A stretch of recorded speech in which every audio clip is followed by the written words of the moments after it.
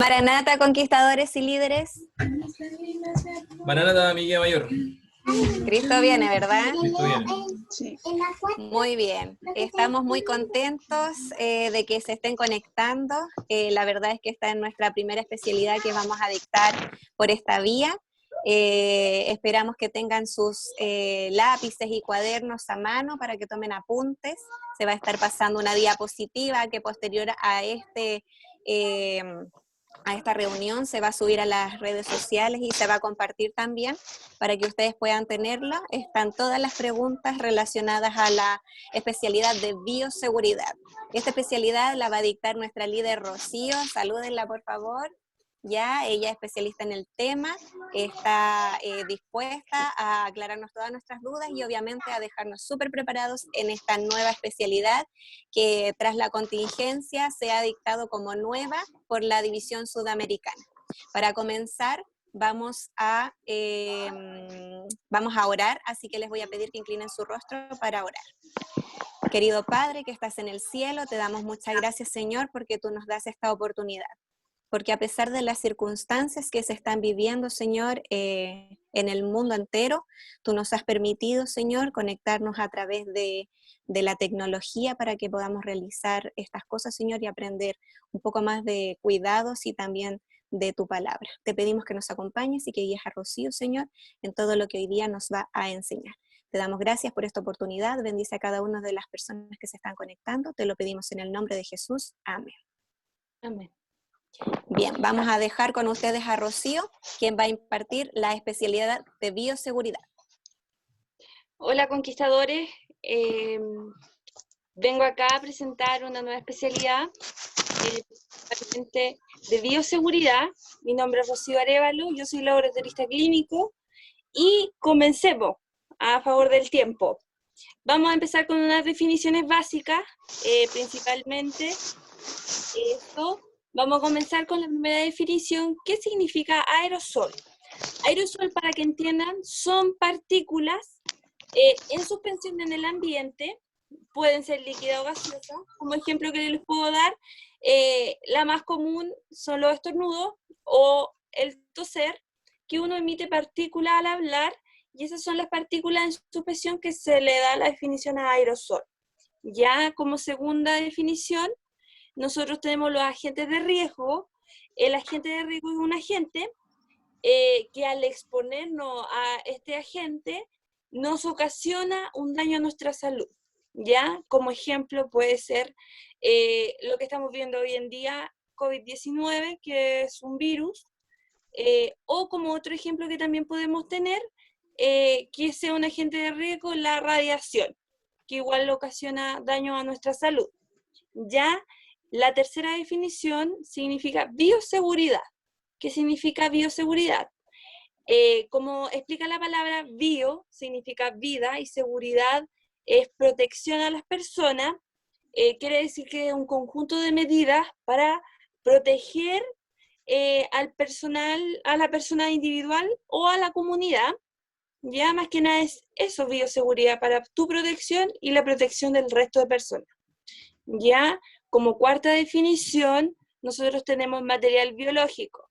El material biológico es cualquier material que venga proveniente del ser humano. Puede ser un tejido, puede ser saliva, sangre, puede ser tejido, piel, cualquier material que venga del humano. ¿Ya? Yo acá en la diapositiva tengo un recuadro para poder hacerle la definición de 4 argumentos, ya para que tengamos presente la definición de accidente. ¿Qué es lo que es un accidente? Es una situación fortuita que se ocasiona daños graves a la salud de la persona o del trabajador que se le puede dar. Puede haber accidentes biológicos o accidentes químicos. ¿A qué se refiere? Que el accidente se ha provocado, el daño me refiero con algo biológico, puede ser, en este caso que yo coloqué de ejemplo, pincharse con una aguja de un paciente, en un caso de una persona que trabaje en el área de salud, o en el enfermero que esté a cargo de cada uno de la parte de conquistadores, ya que puede ser que utilizó la aguja y al momento de botarla se pasa a pinchar con la aguja ya utilizada. Esa es una contaminación que pone en riesgo a la salud de la persona que ocurre el accidente, ya para que más o menos entiendan. La otra es accidente químico, que se ve actualmente, accidente nuclear. Ya esto ocasiona radiación y como ya había mencionado antes, la radiación es un agente de riesgo, ya que ocasiona daño a nuestra salud de forma grave. Y vamos a explicar la parte incidente, que es otra parte de accidente. Ocasiona la parte incidente igual es de una manera fortuita, que ocasiona daños leves o no persiste daño en la persona. ¿Ya? Puede ser que en campamento un conquistador vaya y pase con un hacha y se corte un poco la mano. Ya es un incidente porque no afecta principalmente su salud, pero sí es un incidente biológico porque ya hay una exposición a esta, ¿ya? Pero no es grave. Y los incidentes químicos, que puede ser que uno esté en su casa y de la nada puede ser que caiga un poco de jabón en la parte ocular y uno se limpie con abundante agua. Eso se llama un incidente químico, o no necesariamente jabón, puede ser pasta de dientes, cualquier producto fabricado, ¿me entienden? Y la última definición que nos queda ver es patógeno, ya para que tomen apunte. Patógeno es cualquier agente que cause o produzca alguna enfermedad en nosotros, como ser humano, ¿ya? Como ejemplo pueden ser virus, gérmenes, bacterias, son principales patógenos que el ser humano tiene, ¿ya? Acabando con estas definiciones, seguimos con una resolución de preguntas de la especialidad, ¿ya? La primera pregunta, ¿qué son los EPI? Ya, los EPI son elementos de protección individual. Acá en Chile, como a mí me lo enseñaron, son EPP, elementos de protecciones personales, que son los elementos que nos ayudan a protegernos de la amenaza de cualquier riesgo de nuestra salud. ¿Ya? Para eso sirven. En el tema de cuáles son los que utilizan el personal de salud, como ya han visto en las noticias, en varias partes, lo principal es el delantal, el uniforme de los profesionales. Frente a esto utilizamos una pechera desechable, puede ser una pechera completa, con manga larga, o simplemente una pechera de plástico que cubre la parte frontal del uniforme. También nosotros ocupamos las mascarillas, que se ha visto harto, y un antiparra, que es un protector para la parte ocular, ¿ya? Y como último, son 5, y como último, los guantes de látex, que es lo que más se utiliza, ¿ya? Esas son las 5, más que nada, los elementos de protección personal que utilizan el personal de salud. Ahora vamos a pasar a la siguiente pregunta, que más que nada son definiciones para que ustedes entiendan de las fases hasta que llegamos a una pandemia que lo encontramos actualmente, ¿ya? La primera palabra, para que la tengan anotada, es endemia. La palabra endemia significa principalmente la descripción de enfermedades que se encuentran habitualmente en una zona geográfica en específico. Puede ser un resfriado común, las enfermedades que nosotros acá en Chile por lo menos estamos asociados, que es normal que una persona por descuido se enferme. Ya no es una enfermedad contagiosa, sino simplemente son enfermedades dentro de la zona geográfica. ¿Ya? Ahora pasamos a la siguiente definición. ¿Qué significa brote?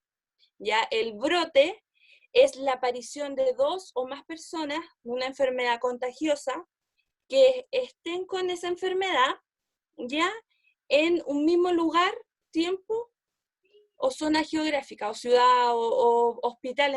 Puede ser que haya un brote a nivel hospitalario, ¿ya? La tercera definición que vamos a ver, que estaba antes bien instalada, es la epidemia. Ya, la epidemia es la aparición de la enfermedad contagiosa, principalmente se viene de un brote, pasa a una epidemia, pero ya no es solamente de 2 a más personas, sino ya es una comunidad la cual se encuentra infectada, ya una región también puede ser. Se pasa de brote a epidemia cuando sobrepasan más de 3 personas. Eso pasó, por ejemplo, con el COVID, que se inició una epidemia a nivel regional en la parte de Wuhan, en China, y posterior a esta, para seguir con la definición de pandemia, pasó a pandemia, que significa desde el momento en que la enfermedad epidemiológica se extiende a muchos países o a un terreno muy extenso. Ya eso significa pandemia, cuando ya la epidemia sale y es exportada hacia otros países, ya para que tengan claras esas definiciones. Ahora seguimos. En la siguiente pregunta, ¿en qué medio de epidemia o pandemia, cuáles son los cuidados principales que debemos tener? Ya los cuidados, como ya todos sabemos y debemos hacer un recalco a esto, es el distanciamiento social, ya la distancia entre una persona a otra como mínimo 1 metro, ya. La segunda, un lavado de manos constante, con mayor razón al momento de salir de nuestros hogares si fuese necesario. Yo como recomendación, el lavado de manos se hace la primera vez y uno puede utilizar hasta 3 veces el alcohol gel para posterior vuelta a lavar de manos con agua y jabón, si es que usted sale del domicilio, ¿ya? Y la tercera principal cuidado es que al momento de ingresar a nuestro hogar hagamos una higienización muy profunda, ¿ya? El retiro de zapatos al momento de ingresar a nuestras casas, que la ropa, que la chaqueta, que cualquier cosa, resacársela, ojalá ir a ducharse, porque puede permanecer el virus en el pelo, en la ropa. Entonces, para evitar mayor contaminación en nuestras casas, es preferible sacarse más que nada la ropa que uno va expuesta afuera, ¿ya? Y como último, dentro de lo posible, permanecer en nuestros hogares. Ya actualmente nosotros estamos viviendo una pandemia y el gobierno ha puesto la medida de suspensión de clases en colegios y universidades, que es favorecedor para nuestros conquistadores, y tener estos cuidados que son muy importantes al momento de que estamos pasando. Ya, como otro ítem, vamos a ver la diferencia entre aislamiento y cuarentena, para que tengan claro el conocimiento. Ya, el aislamiento significa separar a unas personas enfermas con la enfermedad de alto contagio de la comunidad saludable. Los aislamientos habitualmente se hacen en hospitales porque los enfermos requieren cuidados más intensivos, ¿ya? La cuarentena, por otro lado, es separar y restringir el movimiento de personas para evitar ser expuestas o no a la enfermedad. En realidad no se sabe si las personas que se encuentran en cuarentena tienen o no esta enfermedad contagiosa, ¿ya? Pero en certeza es para la prevención de la extensión de la enfermedad, o sea, mandarle un corte, que ya no se haya más personas con este tipo de enfermedad contagiosa y anden esparciéndola. Esa es la diferencia entre cuarentena, ¿ya? Ahora vamos a ver 3 tipos de enfermedades muy históricas a nivel mundial. Una de estas es la peste negra. Ya vamos a hacer un resumen histórico. ¿Cuándo sucedió? Sucedió entre 1347 y 1353. ¿Cuántos infectados hubo? No se sabe en realidad cuántos infectados hubo de esta peste negra, o muerte negra que también se le dijo, pero sí ocasionó un montón de muertes, haciendo el 30% de la población mundial en fallecimiento por esta enfermedad. Ya, esos son 200 millones de muertes ocasionadas por la peste negra. Aquí la siguiente pregunta dice, ¿cuál es la manera de contagio? Bueno, la manera de contagio de la peste negra principalmente se le da atribución a los roedores o a los ratones, pero con posterioridad y con más estudios se le dio atribución a las pulgas que vienen infectadas, porque la peste negra es una bacteria que ataca al ser humano. Entonces es la picadura de una pulga que viene infectada de los roedores. que la bacteria viene proveniente de los roedores, pero el principal medio de contagio eran unas pulgas, ¿ya?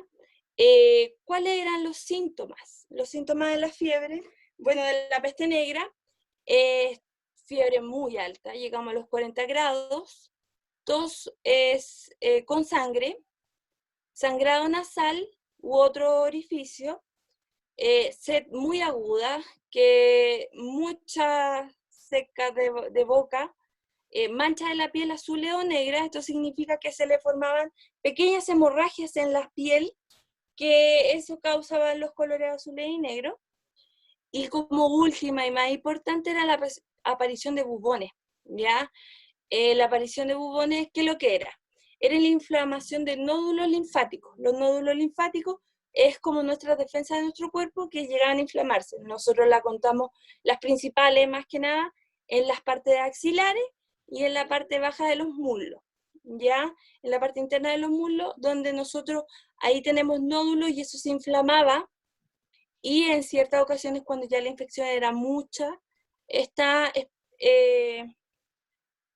causaban ruptura en estas mismas bubones, que se le dice. ¿Ya? ¿A la peste negra se le encontró cura? Sí, se le encontró una cura. Como al ser la peste una enfermedad de bacterias, se le da actualmente un tratamiento, la persona inmediatamente se va a hospitalizar de urgencia, y al momento de ingresarla se le da un tratamiento muy fuerte de antibiótico, específico a la bacteria o de alto espectro para así bajar la carga bacterial que puede haber causado la picadura de la pulga. ¿Ya? Eso sea el medio de actuar. La siguiente pregunta dice, ¿cuáles son los cuidados de bioseguridad? Los cuidados principalmente en la época no se contaba con cuidados de bioseguridad, ya que la higienización de los hogares o de los sitios públicos era muy precaria. Ya por lo mismo se dio que los roedores anduvieran en las casas y hubiera esta promulgación de pulga dentro de los mismos hogares. Actualmente, como contamos con otro nivel de higiene en los hogares y en los espacios públicos, ya es muy difícil que se vea. Ya, ahora vamos a avanzar a una siguiente enfermedad, que es una gripe española. Esta gripe sucedió el primer caso el 4 de marzo de 1918 en Kansas, Estados Unidos. Ya, el 4 de marzo fue cuando se presentó el primer caso. Más que nada era porque estamos, para contextualizar, 1918 fue el último año que hubo la Primera Guerra Mundial. Ya Estados Unidos llevó a 14 tropas a su país de regreso. Dentro de esta venía uno contagiado y comenzó con el brote en los 14 campamentos militares. En esa fecha el primer contagiado presentó síntomas y al posterior de la hora ya un campamento completo ya contaba con síntomas. ¿Cuántos infectados hubo desde ese minuto? Se contabilizaron 500 millones de personas contagiadas con la gripe española, significa un 27% de la población, contando europeos como estadounidenses. ¿Cuál es la manera de contagio? Al igual que actualmente el coronavirus, la forma de contagio es a través de aerosoles. Ya estas gotitas que yo les explicaba que uno hace al hablar o al estornudar o al toser, que ingresan, porque uno puede conversar con la otra persona, y al conversar, a esa persona le ingresan por la vía nasal o faringea, la nariz y la boca. Ya esas son las vías de contagio. Los síntomas de la gripe española eran fiebre elevada, 39 grados era lo máximo que llegaba, dolor de oído, cansancio corporal, diarrea y vómito, dificultad respiratoria, hemorragias nasales. Ya, sí, como dato, se da que las muertes producidas por la gripe española mayoritariamente eran por infecciones respiratorias secundarias. Esto significa que las personas fallecían por una infección que adquirían en los pulmones. Contextualizando, estábamos al fin de la Primera Guerra Mundial. Los países estaban enfocados en gastar suministros para armamento y no para antibióticos. Por esto se produjo mucha muerte al momento del primer contagio. ¿Ya? ¿Se encontró cura? La siguiente pregunta, ¿se encontró cura? Pese a ser una gripe, nunca se encontró cura. Sí, se extinguió en 1920. Como muestra en la línea de tiempo, el primer brote fue en primavera de 1918, donde empezaron con el tema de estos comandos militares que llegaron a Estados Unidos. Pero estos mismos comandos, igual algunos que no presentaron síntomas, los enviaron de vuelta a Europa, y estos causaron la exportación del virus hacia Europa en sí. Ya en otoño de 1918 en Estados Unidos se da la baja, ya no hay más gripe española. Y en 1920 genera una reaparición estacionaria que dura esa estación de primavera a otoño, y ahí dando fin que nunca más se ha vuelto a saber de esa enfermedad. Ya por eso no se da una cura. Más que nada, ¿cuáles eran los principales cuidados de bioseguridad que se dio a la época? Como estábamos en guerra, en esa época, aún estaban en guerra, no se le alertó a la población estadounidense ni europea de esta gripe que estaba pasando, que ya era una pandemia. Sí, en España, sí se dio alerta a la población por medio de diarios, por medio de telégrafos, se dio la información y se le obligó a las personas en España el uso obligatorio de mascarilla para toda la población. Los cierres de colegios, universidades, fábricas y teatro, que eso también tiene que ver con el distanciamiento social, que se tomaron esas pocas medidas que en sí para la época, pero efectivas en su tiempo, ¿ya? Más que nada, eso era la gripe española. Ahora pasamos a una tercera, que sería la fiebre amarilla. Ya, esta es más actual. La fiebre amarilla, ¿cuáles son los principales síntomas? Lo fácil: náuseas, dolor de cabeza, ictericia en los ojos y en la piel. La ictericia, para que sepan, es cuando las personas por falla hepática adquieren un color de piel o de ojos amarillento. ¿Ya? Cuando los bebés se ponen amarillos es porque ellos tienen ictericia. ¿Ya? ¿Cuál es la manera de contagio? La manera de contagio es a través de la picadura de mosquito, que es conocido como el dengue. Es un mosquito que habitualmente está en África y América del Sur, y acá en América del Sur se ve harto en Brasil, en lugares donde está el Amazonas, en lugares cálidos, ¿ya? ¿Existe una cura en la actualidad? No existe una cura en la actualidad. Solamente hay tratamientos paliativos para la infección para las personas que ya están infectadas de fiebre amarilla. ¿Ya? Sí, existe una vacuna que vamos a ver más adelante. ¿Ya? La siguiente: ¿dónde y cuándo hubo un brote de epidemia o pandemia? ¿Ya? En la fiebre amarilla hubo muchos brotes que pasaron a epidemia a lo largo de toda la historia. El primer brote que se dio fue en el siglo XVI y siglo XVII. Principalmente fue la exportación de África hacia América del Sur por el tráfico de esclavos, ya que los esclavos que traían desde África venían contaminados con la enfermedad, y acá en África acá en América del Sur se radicó, se quedó acá en América, ¿ya? En 1647, como sale en la tabla, hubo una epidemia. Como ya habíamos mencionado, las epidemias son cuando una comunidad en sí se genera un pequeño brote sobre 3 a más personas en Barbados, en 1647. En 1793 hubo una epidemia en Filadelfia, en parte comunitaria nada más, y en 1802 hubo una epidemia, pero en la Revolución Haitiana, que los haitianos estaban en contra de los franceses, como dato curioso, donde la mitad de las tropas francesas fallecieron debido a la fiebre amarilla, así dándole la victoria en la Revolución Haitiana a los haitianos, ya que los franceses no tenían el contacto con este virus.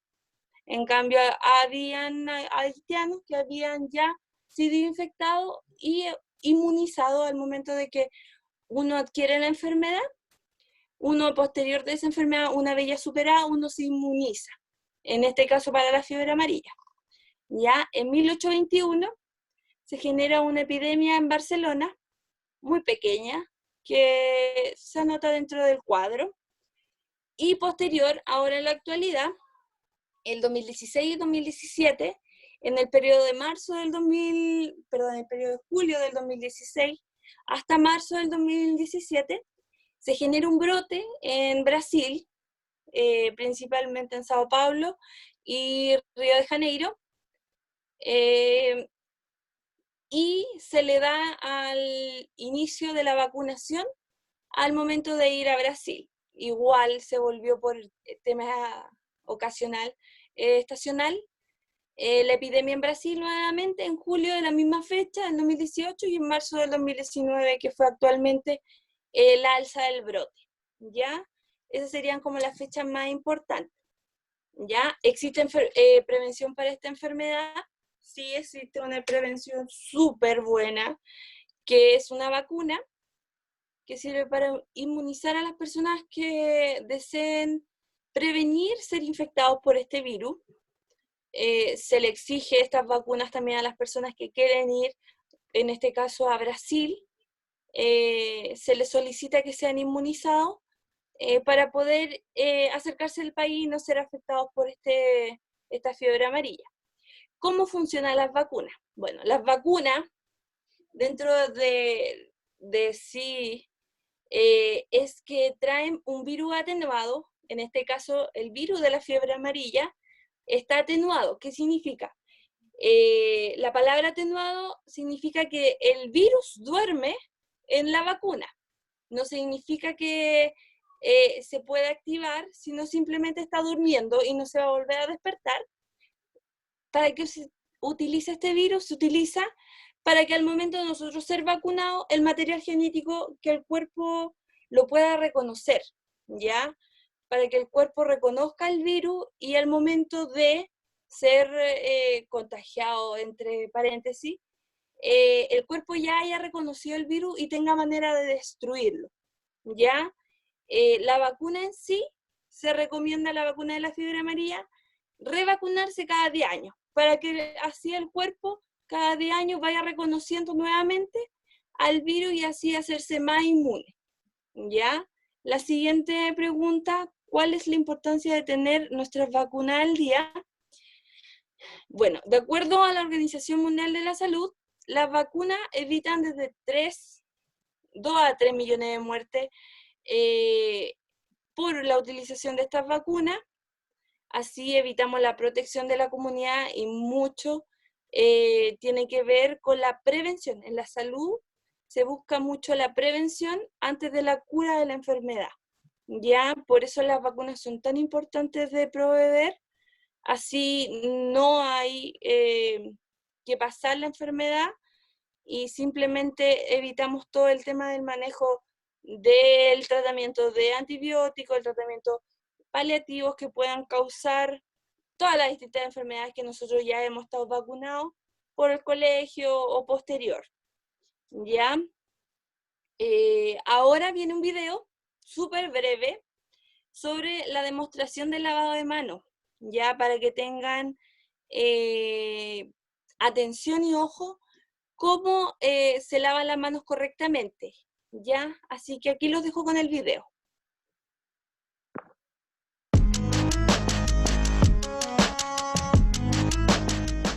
Hoy aprenderemos la técnica de lavado de manos. Primero, retiro alhajas antes de realizar el procedimiento.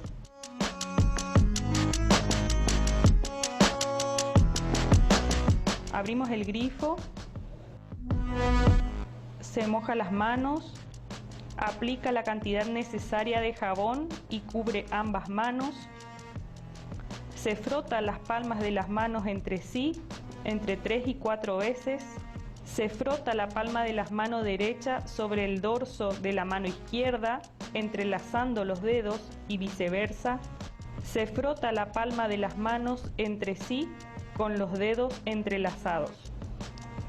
Se frota el pulgar izquierdo con la palma de la mano derecha con un movimiento de rotación y viceversa. Se frota el dorso de los dedos de una mano contra la palma de la mano opuesta y mantiene unidos los dedos. Se frota la punta de los dedos de la mano derecha contra la palma de la mano izquierda y hace un movimiento de rotación y viceversa. Se frota la muñeca derecha con la palma de la mano izquierda con un movimiento rotatorio y viceversa, entre 3 y 4 veces. Se enjuaga las manos sin tocar los bordes de la pileta con abundante agua.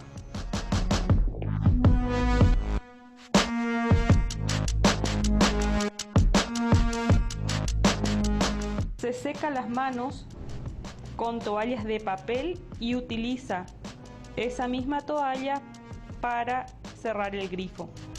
Posteriormente, desecho el papel en la bolsa negra.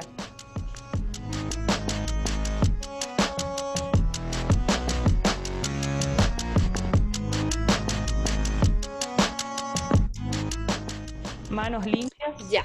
y seguras. Ahí estaríamos con la demostración del lavado de manos clínico. Ya, como se pudieron dar cuenta en el video, se muestra a la niña lavándose las manos con toalla de papel desechable. Ya, la pregunta va: ¿por qué se recomienda la toalla de servilleta de papel y no la toalla de género? Ya, se recomienda principalmente la toalla desechable porque al momento de utilizarla viene semi-estéril, se podría decir, y da una mayor secado del papel en sí y es desechable. En cambio, con la toalla de género es todo lo contrario, se reutiliza y se vuelve a contaminar las manos al momento de ya haberlas descontaminado, porque la toalla, independientemente que esté limpia, igual se encuentran microorganismos dentro de ella. En cambio, una toalla de papel se utiliza una sola vez y se desecha. Las toallas no, la toalla se utiliza 1, 2, 3 veces y ya, por ejemplo, la primera vez puede estar limpia, pero ya la quinta vez puede tener una contaminación de microorganismos que al final es como si no te hubieras lavado las manos. Ya, la siguiente pregunta a desarrollar es ¿por qué estás de acuerdo en la utilización del alcohol al 70% y no otro alcohol? Más que para explicarle, los usuarios de salud, nosotros utilizamos un alcohol al 70% porque esa es el grado de alcohol que tiene mayor capacidad bactericida, que significa que tiene mayor capacidad de eliminación de bacterias dentro de superficies o como de tejidos que pueden ser piel.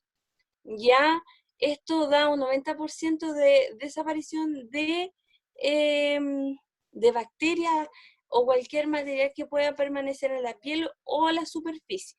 En cambio, otros alcoholes encapsulan estos microorganismos o simplemente no le hacen nada. Por eso que el 70% es recomendable para la utilización para procedimientos de salud o para la desinfección de superficies, mesones, utilización en general. Ya la siguiente pregunta: ¿cuáles son las maneras de utilización del alcohol?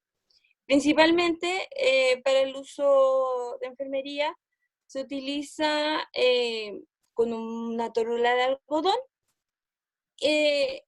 depositar un poco de alcohol, pasar sobre la superficie o con un pedazo de toalla nova para desinfectar superficie, pasar con alcohol gel sobre la superficie, dejar actuar 2 minutos y ya la superficie se encuentra desinfectada. Como dato, el almacenamiento del alcohol debe ser en un lugar fresco, fuera del alcance de los niños. Recordar que el alcohol es inflamable, por ende hay que alejarlo de las fuentes de calor. Eso es súper importante y tener precaución al utilizar alcohol.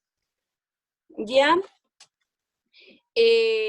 Más que nada, ahora viene qué actitudes se deben tomar al toser, estornudar para evitar contaminar a otras personas. Como ya se ha dicho mucho en la televisión por el tema del coronavirus, hay dos formas principales. Una es taparse la boca con el antebrazo, que es la parte del antebrazo, o con el pliegue del codo, ya de esta manera.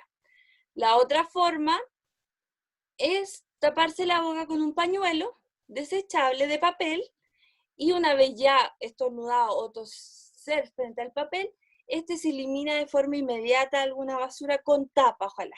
Ya se desecha de forma inmediata. Esas son las dos posiciones en las cuales ustedes deberían proteger a ustedes como a las personas para no contaminar a otras personas en caso de que uno esté enfermo.